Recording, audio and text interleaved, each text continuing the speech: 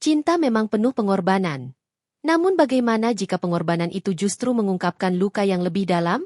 Kisah ini adalah kisah nyata yang tak akan pernah saya lupakan. Bagaimana mungkin suami yang kucintai bisa berselingkuh dengan adik kandungku sendiri? Semua ini bermula ketika aku merasa tak cukup sempurna. Namun, tak ada yang bisa mempersiapkan diri untuk menghadapi kenyataan yang begitu pahit. Inilah ceritanya. Hidupku sebelumnya terasa seperti sebuah kisah cinta yang sempurna. Aku menikah dengan seorang pria yang tampaknya begitu mencintaiku, begitu peduli padaku. Kami menikah setelah melewati banyak kenangan indah, mengukir impian dan harapan bersama, hingga akhirnya kami memutuskan untuk membangun sebuah keluarga. Aku merasa bahagia, karena suamiku adalah orang yang sangat perhatian, selalu ada saat aku membutuhkan, selalu memberikan kenyamanan. Namun, ada satu hal yang selalu membebani pikiranku, perasaan bahwa aku tidak cukup baik. Tidak cukup baik untuknya. Tidak cukup baik sebagai seorang istri. Setiap kali aku merasakan kebahagiaan, ada rasa takut yang selalu datang menghantui. Ketakutan itu adalah ketidakmampuanku memberi anak kepadanya. Aku tahu suamiku sangat ingin memiliki anak. Semua orang tahu itu. Aku bisa merasakannya dalam setiap kata yang ia ucapkan. Tetapi, kenyataan pahit yang tidak bisa aku ubah adalah bahwa aku tidak bisa memberinya anak, tidak bisa memberikan keluarga yang selalu ia impikan. Keinginan untuk menjadi seorang ibu adalah hal yang begitu mendalam dalam hidupku. Aku ingin sekali merasakan perasaan menjadi seorang ibu, tetapi tubuhku tidak memberiku kesempatan untuk itu. Keinginan itu bukan hanya dari suamiku, tetapi juga dari dalam diriku sendiri. Aku merasa seperti ada yang kurang dalam hidupku. Namun, aku tak berani mengungkapkannya kepada siapapun, termasuk kepada suamiku. Aku takut dia akan merasa kecewa dan merasa terbebani oleh kenyataan ini. Dalam diam, aku menyimpan rasa sakit itu sendirian. Aku mulai menyadari, tanpa kata-kata yang terucap, bahwa perasaan tak cukup itu perlahan-lahan mulai meresap dalam setiap percakapan dan interaksi kami. Suamiku mulai terlihat berbeda. Meskipun ia masih menyayangi dan memperhatikanku, aku bisa merasakan ada jarak yang tak terucapkan di antara kami. Ketika aku mencoba bertanya tentang perasaannya, ia hanya tersenyum dan meyakinkanku bahwa itu tidak masalah, bahwa kami akan menemukan jalan bersama. Tetapi, aku tahu ada sesuatu yang tengah bergolak di dalam dirinya. Aku melihatnya semakin sering pulang larut malam, alasan yang dia beri selalu tentang pekerjaan yang harus diselesaikan. Namun, entah kenapa aku merasa ada yang tidak beres. Mataku yang terlatih untuk memperhatikan setiap detail mulai menangkap perubahan-perubahan kecil. Misalnya, ada malam-malam di mana dia pulang dengan bau parfum wanita yang asing, bukan bau parfumku. Tentu, aku tidak ingin langsung menuduh atau berprasangka buruk, tetapi perasaan curiga itu datang perlahan-lahan, seperti bayangan yang tak bisa kuhindari. Aku mulai merasa seperti ada sesuatu yang disembunyikan dariku, dan itu mengganggu pikiran dan hatiku. Aku yang dulunya begitu percaya padanya mulai merasa cemas dan terjebak dalam kebimbangan. Keputusan untuk memeriksa ponselnya datang tanpa rencana. Satu malam, ketika ia sedang mandi, aku mengambil ponselnya yang tergeletak di meja. Aku tahu ini adalah tindakan yang tidak baik, tetapi rasa penasaran dan kecemasanku sudah menguasai diri. Aku membuka aplikasi pesan, dan disitulah aku menemukan bukti yang mengerikan. Pesan-pesan antara suamiku dan adikku sendiri. Kata-kata mesra yang tidak seharusnya terucap antara mereka berdua. Aku berhenti membaca, tak sanggup melanjutkan. Hatiku seperti dihantam sesuatu yang sangat berat. Rasanya seperti waktu berhenti sejenak. Dunia seakan runtuh di sekelilingku. Aku tidak bisa berkata apa-apa. Hanya bisa terdiam memandangi layar ponsel yang menunjukkan kebenaran yang begitu sulit dipercaya. Mengapa? Mengapa ini bisa terjadi? Sakit rasanya mengetahui bahwa orang yang kucintai, yang selama ini aku percayai, ternyata bisa dengan mudah mengkhianatiku. Dan yang lebih mengejutkan lagi, orang yang terlibat dalam pengkhianatan ini adalah adikku, adik kandungku yang selalu aku anggap sebagai teman terbaik, yang aku percayai dan aku cintai seperti saudara. Rasa bingung, marah, dan kecewa memenuhi seluruh tubuhku. Aku merasa hancur, dan tidak tahu harus berbuat apa. Semua yang aku ketahui tentang cinta, tentang keluarga, tiba-tiba menjadi tidak berarti lagi. Aku tak bisa tidur semalam suntuk, memikirkan semuanya. Setiap kali aku mencoba menutup mata, bayangan pesan-pesan itu muncul dalam pikiranku. Aku merasa tubuhku seperti terikat, tak bisa bergerak, tak bisa bernafas dengan lega. Pikiranku begitu kacau. Kenapa mereka melakukannya? Kenapa adikku, yang selalu aku andalkan, bisa begitu tega? Aku merasa seperti diriku ini tak ada harganya. Aku sudah berusaha menjadi istri yang baik, memberikan perhatian pada suamiku, dan mendukungnya dalam segala hal. Aku juga berusaha mendekatkan diri pada adikku, selalu ada untuknya, mendengarkan keluh kesahnya. Tetapi kenapa mereka berdua malah memilih jalan yang menghancurkan aku? Mengapa mereka memilih untuk saling mendekatkan diri satu sama lain dalam cara yang begitu merusak? Pikiran-pikiran ini berputar-putar dalam kepalaku tanpa henti. Semua tentang mereka berdua kini terasa seperti sebuah kebohongan besar. Aku merasa tertipu, merasa tidak pernah benar-benar dikenal oleh orang-orang yang paling aku percayai. Mereka berdua, suami dan adikku, telah menghancurkan segalanya dalam sekejap, tanpa sedikit pun penyesalan. Aku merasa diriku tak berharga lagi. Bukan hanya karena pengkhianatan itu, tetapi juga karena aku merasa seperti tidak pernah cukup untuk suamiku, bahkan tidak cukup untuk keluargaku sendiri. Ketika akhirnya aku memutuskan untuk menghadapi mereka berdua, perasaan itu campur aduk. Aku ingin berteriak, marah, menangis, tetapi aku tahu, aku harus menghadapinya dengan kepala dingin. Aku memanggil mereka berdua untuk berbicara, dan suasana menjadi sangat tegang. Suamiku hanya bisa menunduk, tidak mampu berkata-kata, dan adikku hanya bisa diam, menundukkan kepala, merasakan penyesalan yang mendalam. Suamiku mengakuinya tanpa bisa membela diri. Dia meminta maaf, namun kata-katanya terasa kosong di telingaku. Tidak ada penjelasan yang cukup untuk menjelaskan semuanya. Tidak ada alasan yang bisa membuatku menerima kenyataan ini. Adikku hanya bisa menangis, dengan mata yang penuh penyesalan. Namun, penyesalan itu datang terlambat.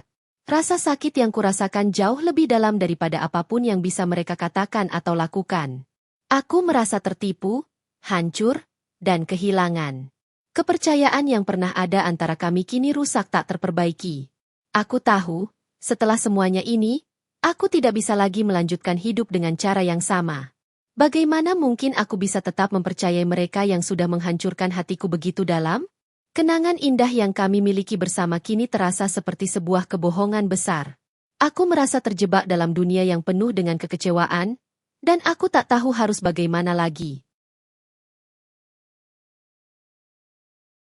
Setelah mengungkapkan segalanya, aku merasa seakan-akan sebuah babak baru dalam hidupku dimulai.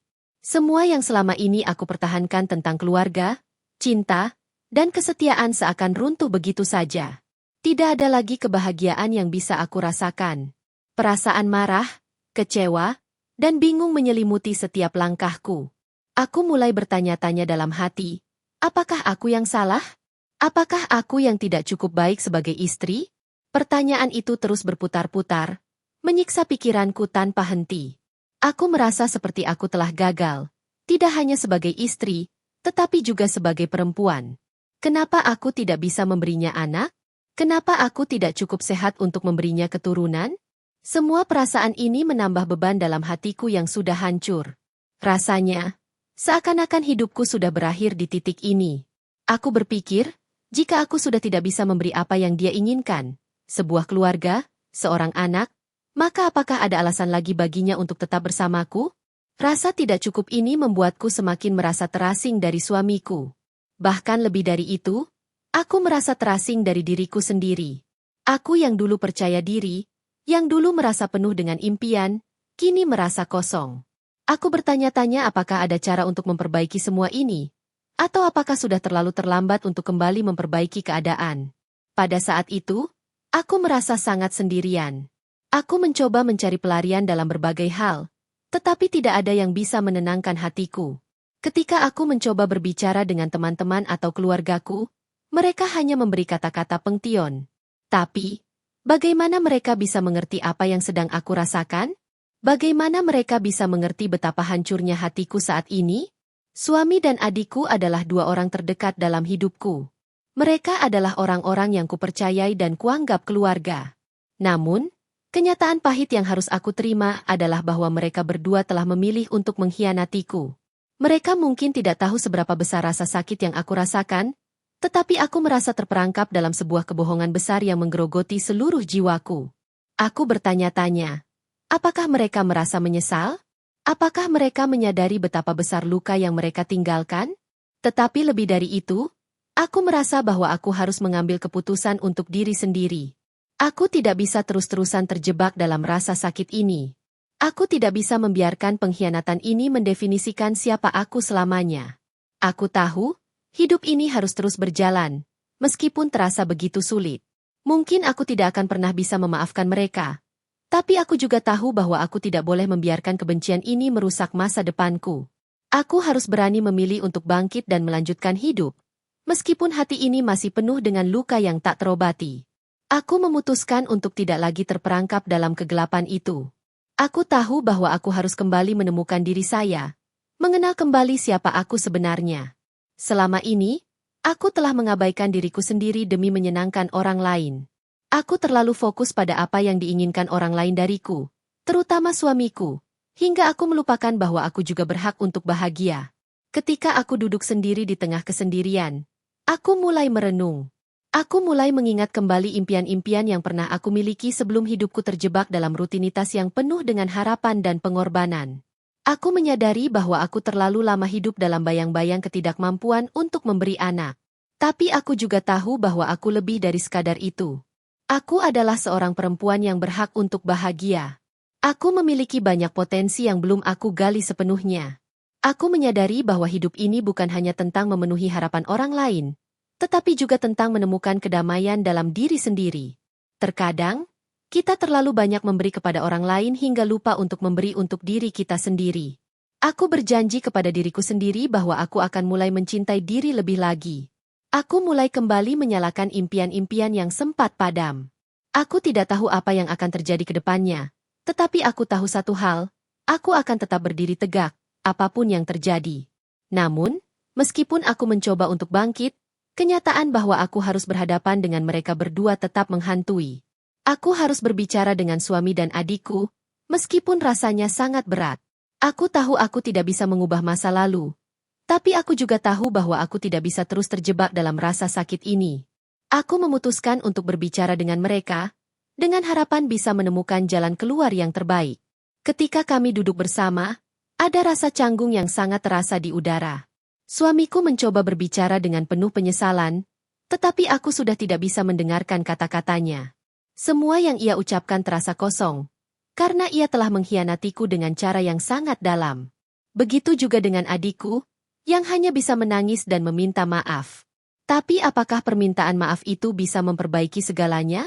Aku merasa tak ada lagi yang bisa mereka katakan untuk mengubah apa yang sudah terjadi. Aku merasa terlalu terluka untuk bisa melupakan atau memaafkan apa yang telah mereka lakukan. Di saat yang sama, aku tahu bahwa aku harus memilih untuk melanjutkan hidup. Tidak ada gunanya terus terjebak dalam hubungan yang penuh dengan kebohongan dan pengkhianatan. Meskipun hati ini berat, aku tahu aku harus melepaskan mereka. Setelah percakapan itu, aku mengambil keputusan untuk melanjutkan hidupku sendiri. Aku memutuskan untuk memberi jarak yang lebih jauh dengan suami dan adikku. Mungkin ini adalah keputusan yang sulit, tetapi aku tahu itu adalah keputusan yang terbaik untuk diriku. Aku mulai fokus pada diriku sendiri, mengerjakan hal-hal yang dulu aku sukai, dan berusaha untuk menyembuhkan diri dari luka yang dalam ini. Terkadang, keputusan untuk melepaskan orang-orang yang kita cintai adalah keputusan yang paling sulit, tetapi itu juga adalah cara kita memberi ruang untuk diri kita sendiri.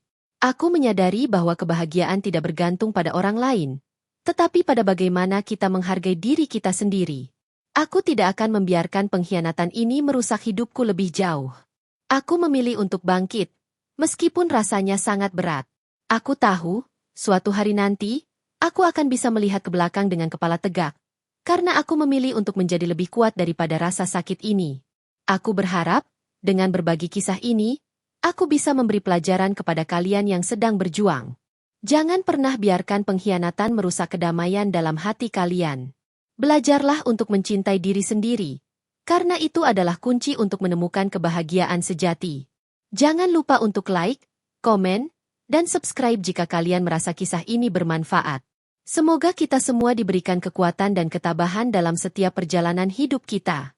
Tuliskan doa dan harapan kalian di kolom komentar. Mari kita saling menguatkan.